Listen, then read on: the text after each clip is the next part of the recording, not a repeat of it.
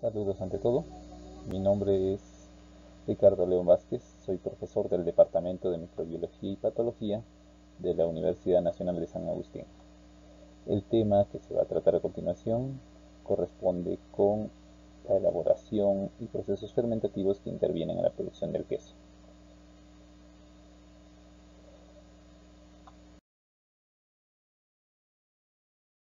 Consideramos que el queso es un producto netamente lácteo, por lo cual se tiene que generar la definición de la leche primero.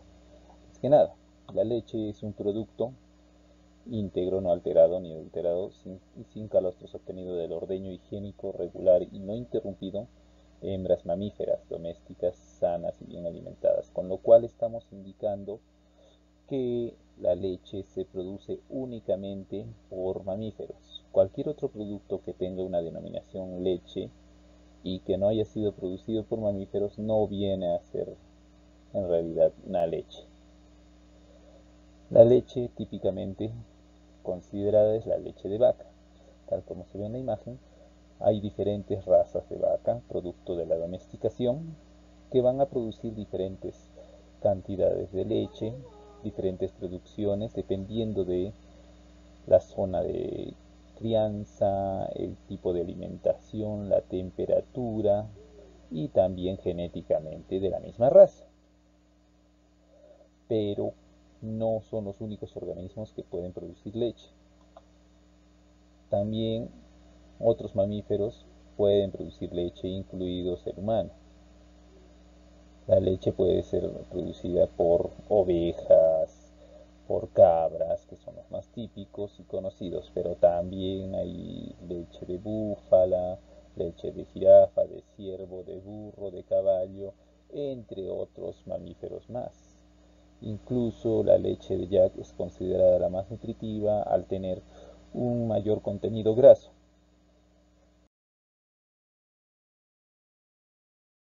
La composición de la leche se puede observar en la tabla que la composición varía bastante en cuestión a la cantidad de agua, proteínas, lípidos, glúcidos y minerales. Si observamos en la tabla, la leche humana que produce la mujer solo tiene un 1.1% de proteínas, comparados con la leche de vaca, que tiene una mayor cantidad de proteínas, 3.2, la leche de búfalo, que tiene 4, la leche de oveja llega a 5.5. A partir de ahí van variando los valores, siendo la que menor cantidad proteica presenta la leche humana. Los lípidos también van variando. La leche de búfalo es una de las que mayor cantidad de lípidos tiene. Glúcidos, quizás la leche humana es una de las que se considera que tiene mayor producción de glúcidos. Y en cuestión al agua, nosotros vemos que la leche de la mujer tiene una cantidad bastante elevada de agua, similar a la leche de vaca.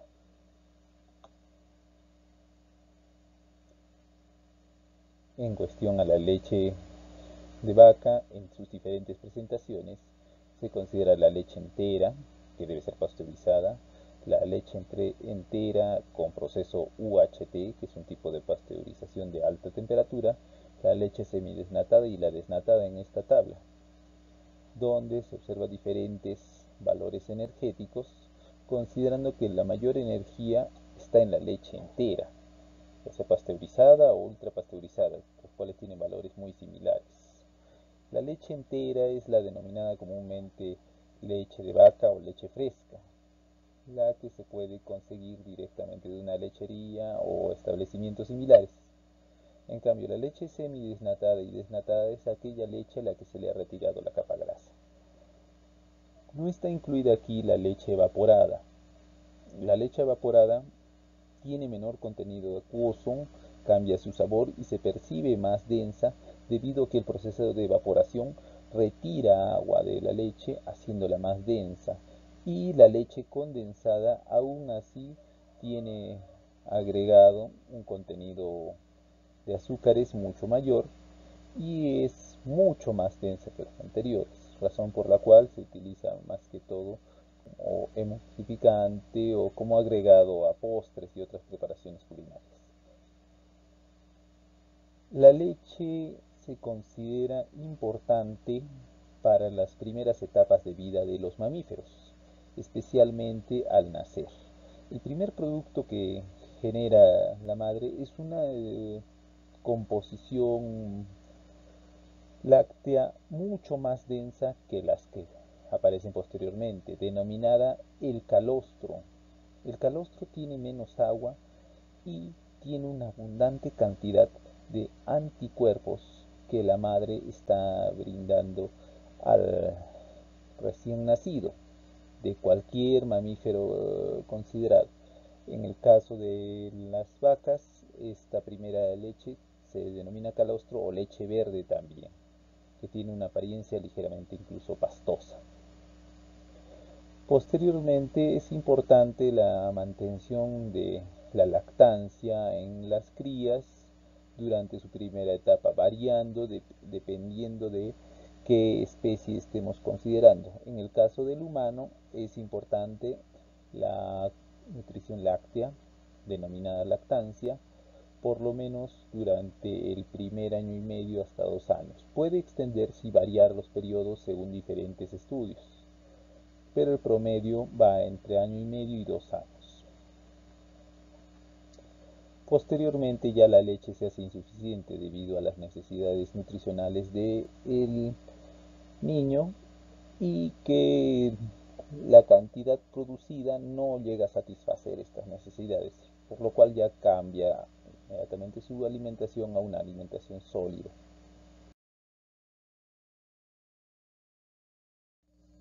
Una vez tratado el tema de la leche, se puede considerar también directamente el tema del queso.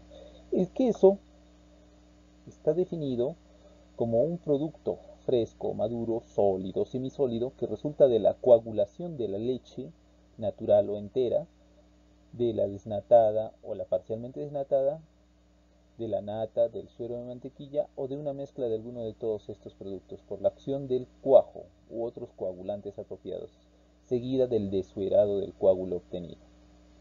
Siendo esta la definición, consideraríamos el queso producto de la desnaturalización de las proteínas de la leche, eliminándole el suero. Mientras menos suero tenga el queso, se hace un queso más sólido y un queso más seco. La variedad de quesos depende mucho del origen de la leche. Puede ser leche de vaca, leche de cabra, leche de oveja, que generan diferentes quesos bastante conocidos. También va a variar de la cantidad de leche que se utiliza, las condiciones, la temperatura, el fermento que utilizan y si es que se va a generar una maduración posterior, que es una etapa final del queso, pero no siempre se efectúa, con lo cual se producen los quesos frescos, que posteriormente vamos a repetir. El origen del queso está datado también con similaridad al proceso de domesticación de la oveja, de quien se obtuvo los primeros quesos, aproximadamente 4.000 a 5.000 años antes de Cristo. En esta imagen nosotros podemos ver que el uso del queso ha sido bastante importante en la alimentación humana durante bastantes siglos. Este es un libro denominado el Taquinum Sanitatis, tabla de sanidad, donde se muestra una quesería, el proceso de producción del queso y la alimentación del queso aún en el siglo XI, siendo bastante importante, lo suficiente como para generar establecimientos destinados solamente a la producción del queso. Según cuentan las historias y algunas hipótesis, el origen del queso sería como producto de un efecto accidental de transporte. Un pastor de ovejas llevaba leche de oveja en un depósito o envase elaborado con el estómago de una oveja. Este aparentemente todavía tenía varias enzimas que podían generar el cuajo de la leche, y cuando el pastor llegó a su destino observó que la leche se había separado en un suero y una fase sólida que era el queso incipiente, con similaridad en apariencia al queso cottage. A partir de ahí los procesos fueron cambiando, mejorando y diversificándose para la elaboración de los diferentes tipos de queso.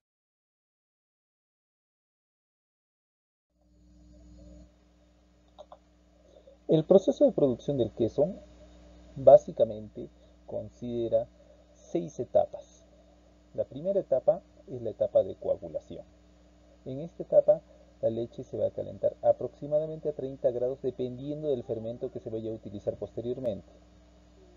Después este coágulo completo se va a proceder a la segunda etapa de corte, en la cual se recorta la cuajada en granos regulares para que el suero que esté presente pueda filtrarse rápidamente.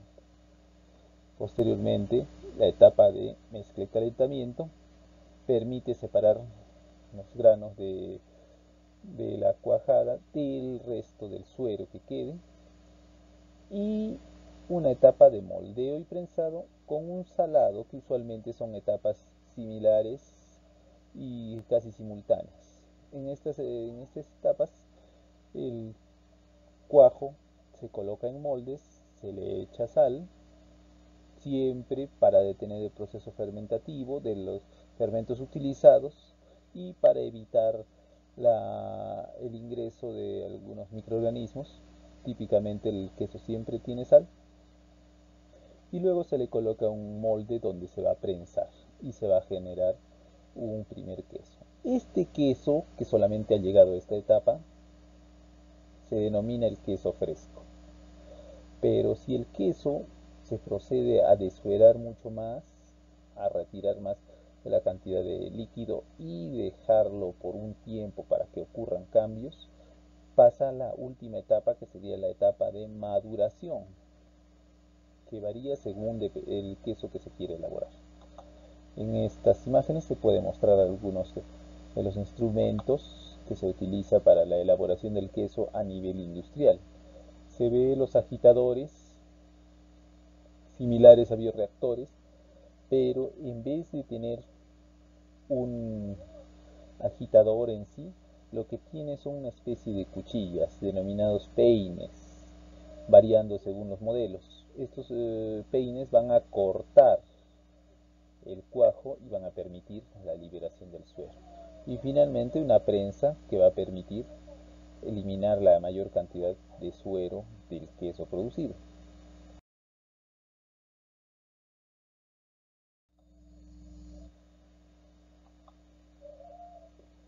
Como resumen, el queso se produce a partir de los fermentos lácticos o cuajos, animales o vegetales, que van a generar una acidificación de la leche, con lo cual se va a, desnaturalizar la proteína de la leche. Se va a desuerar este producto separado, donde el suero puede producir al final requesón o puede utilizarse para alimentación del ganado, y el coágulo, eliminándole más suero, va a producir finalmente queso.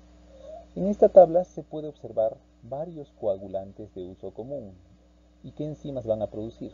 Tenemos coagulantes de origen animal.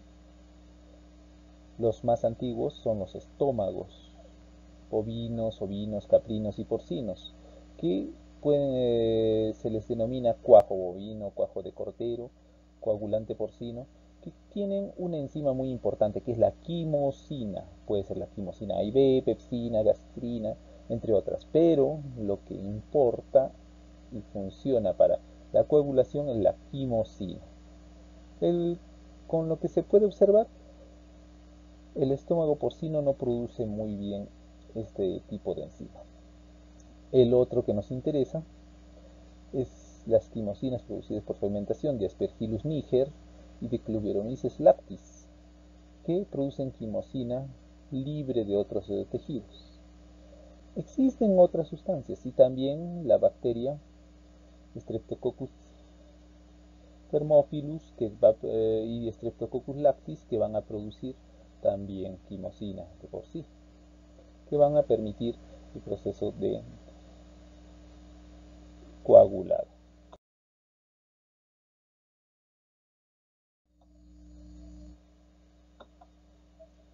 También es importante considerar a las bacterias acidolácticas denominadas BAL o BAL. Las bacterias acidolácticas son bacterias gram positivas acidotolerantes que viven en un pH entre 4.8 y 9.6, siendo bastante diversas. No producen esporas, son inmóviles la mayoría. Pueden ser cocos o bacilos. No es una clasificación sistemática, sino es un grupo de utilidad, con bajo contenido en guanina y citosina y asociados por sus características metabólicas y fisiológicas comunes. La característica metabólica principal es la producción de ácido láctico, que va a permitir también el proceso de coagulación. Estos permiten la producción no solamente de queso, sino de diversos alimentos fermentados, tales como kefir, yogur, entre otros alimentos que van a ser producto de metabolismo de las bacterias acidolácticas. También tienen la capacidad de producir bacteriocinas tóxicas, que son sustancias que inhiben el desarrollo de otros organismos, básicamente bacterias. ¿Qué bacteriocinas suelen producir? Niacina, por ejemplo, que va a inhibir el desarrollo de bacterias que son nocivas y patógenas. Dentro del grupo de bacterias acidolácticas tenemos muchos géneros, incluidos Lactobacillus, Leuconostoc, Pediococcus, Lactococcus, Streptococcus, en varias especies, no todo el género completo. Hay muchos lactobacillales como Aerococcus, Carnobacterium, Enterococcus, Enococcus, Teragenococcus, Bagococcus y Beicella, que son importantes por la producción de ácido láctico, que también tendría una función de protección y de preservación alimentaria.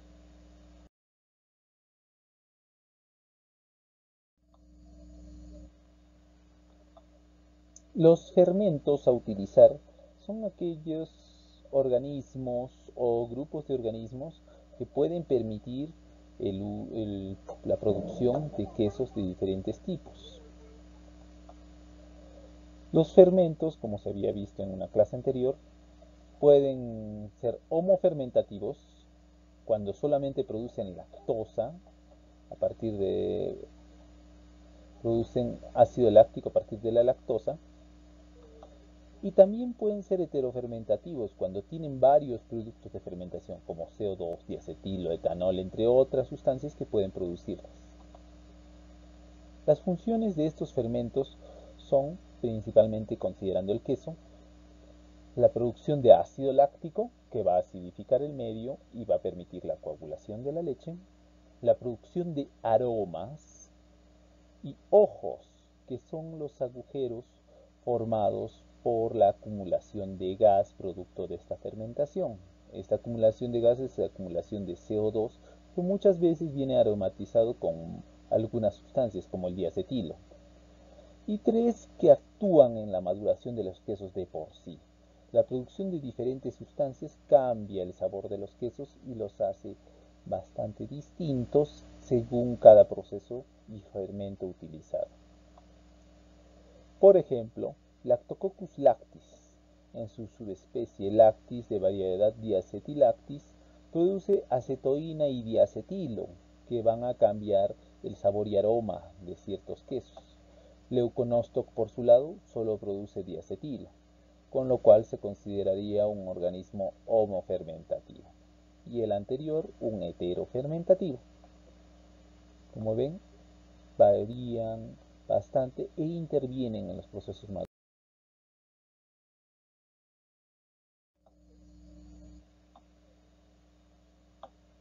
Los cultivos iniciadores de estos fermentos pueden ser naturales, como por ejemplo el rumen, que puede estar en el estómago de muchos rumiantes, o también pueden ser ya seleccionados.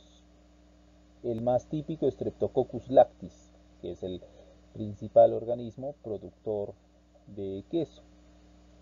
Este Streptococcus lactis ya lo podemos conseguir liofilizado en cápsulas o pastillas que ya tienen al organismo listo para ser usado, o bien la enzima ya totalmente separada, la quimosina aislada. Podemos considerar según temperaturas iniciadores mesófilos que varían temperaturas entre 20 y 30 grados centígrados. Aquí está el Streptococcus lactis subespecie Diacetylacetis y el leuconosto. Y también existen cultivos iniciadores de tipo termófilo, que varían temperaturas entre 37 a 45 grados centígrados. No es mucha la distancia, básicamente son 7 grados. Y está Streptococcus thermophilus, Lactobacillus vulgaricus, Lactobacillus helveticus y Lactobacillus lactis, de los cuales los primeros dos nombres son bastante conocidos, porque también producen otro fermento, que es el yogurt, y también permiten la producción de quesos termófilos, como el queso parmesano, el queso provolone, el suizo y otros quesos similares.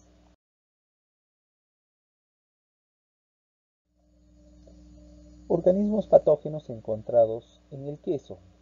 Es importante que las condiciones de producción del queso, a pesar de la presencia de bacterias acidolácticas, sean las mejores para su elaboración y con el fin de evitar que este producto se convierta en un riesgo sanitario.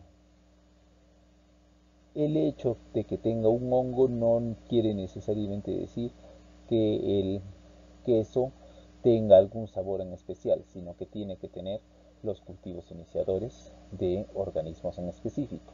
¿Qué organismos están considerados como patógenos y no deben encontrarse en el queso? Brucela.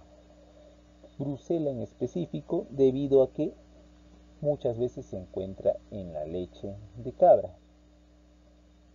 Y al producir el queso se queda el organismo en la leche.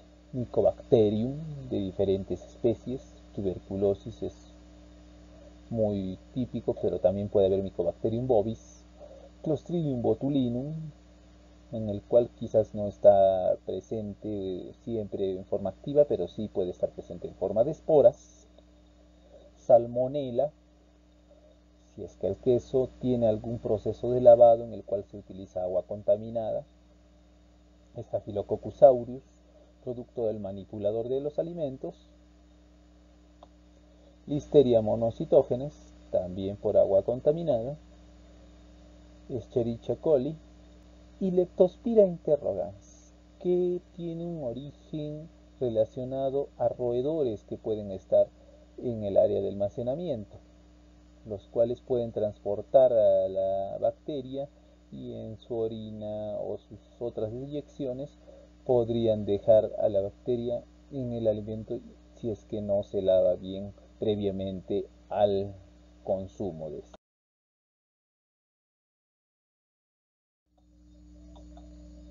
La maduración es una etapa final. Implica reacciones y cambios físico-químicos que van a determinar el aroma del queso, el sabor, que puede acidificarse o puede cambiar completamente, la textura, si es un queso compacto, suave, cremoso, el aspecto y la consistencia del queso, que van a variar según los procesos de maduración. De hecho, los procesos de maduración van a permitir generar los diferentes tipos de queso. Entre ellos están muchos que tienen denominación de origen. Acá vemos un almacén de maduración de quesos. Si se fijan en la zona superior, no es un techo típico, esto es una caverna. Dicho sea de paso, muchos quesos inicialmente se maduraban en cavernas y algunos todavía siguen haciéndose. Por ejemplo, Streptococcus thermophilus y Lactobacillus vulgaricus van a poder producir el queso provolone, Streptococcus lactis, Leuconostoc cremoris, Streptococcus diacetylacetis producen el queso Gouda, Streptococcus lactis y el cremoris pueden producir el queso cheddar, Lactobacillus vulgaricus y Streptococcus thermophilus el queso denominado romano, Penicillium camemberti, el queso camembert y el queso brie, Penicillium glaucum, el queso gorgonzola, y Penicillium roqueforti, los quesos azules. No siendo los únicos organismos que pueden intervenir, hay muchos otros organismos que pueden estar presentes en la maduración, pero estos son unos de los más conocidos. En este caso solamente vamos a hablar de la maduración de quesos en los cuales intervienen microorganismos y no otros tipos de cambios físico-químicos y otras sustancias, otros ingredientes que se pueden agregar. Entre los por microorganismos tenemos el queso emmental, que es producido por Streptococcus thermophilus y Lactobacillus helveticus, además de una bacteria muy importante, Propionibacterium freudenreichi. Esta bacteria es sumamente importante debido a que puede producir sustancias que regulan y reducen el riesgo de producción de cáncer de colon. Los quesos emmental son quesos con agujeros, quesos con ojos, básicamente son quesos con ojos redondeados. También el queso gruyère corresponde a ese grupo.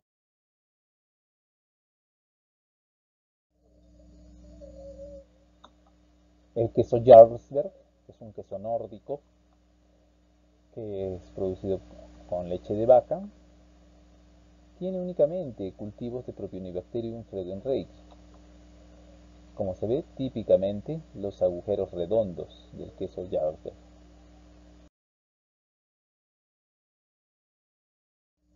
El queso Limburger, por su lado, tiene un olor bastante fuerte, de hecho es un olor ligeramente corporal y es producido por Brevibacterium linens. Brevibacterium linens es una bacteria que también está presente en la piel, por lo cual este queso suele presentar un olor similar al sudor. Es un queso ligeramente cremoso. Ver por su lado, tiene un hongo que es el Penicillium camemberti, del cual el micelio genera esta capa aparentemente blanquecina o harinosa, producto de 3 semanas de maduración, y genera un queso cremoso, con una textura característica y bastante típica. Se vende en cajas de madera para evitar que pueda alterarse la cremosidad del queso. Los quesos azules, en su gran mayoría, son quesos de vaca, de oveja, de cabra y son producto de la fermentación de Penicillium roqueforti. Penicillium roqueforti genera micelios de color azul y variando hasta gris verdoso, produciendo diferentes tipos de quesos azules, como el queso de Cabrales, Roquefort, Bleu de Bearn, Bleu de Bresse, Gorgonzola, Stilton, Picon, Bellestres Viso y también el queso de Valdeón, que tienen esta apariencia. Típicamente son quesos cremosos y muchas veces se utilizan como aditivos o para lo que se denomina dipping.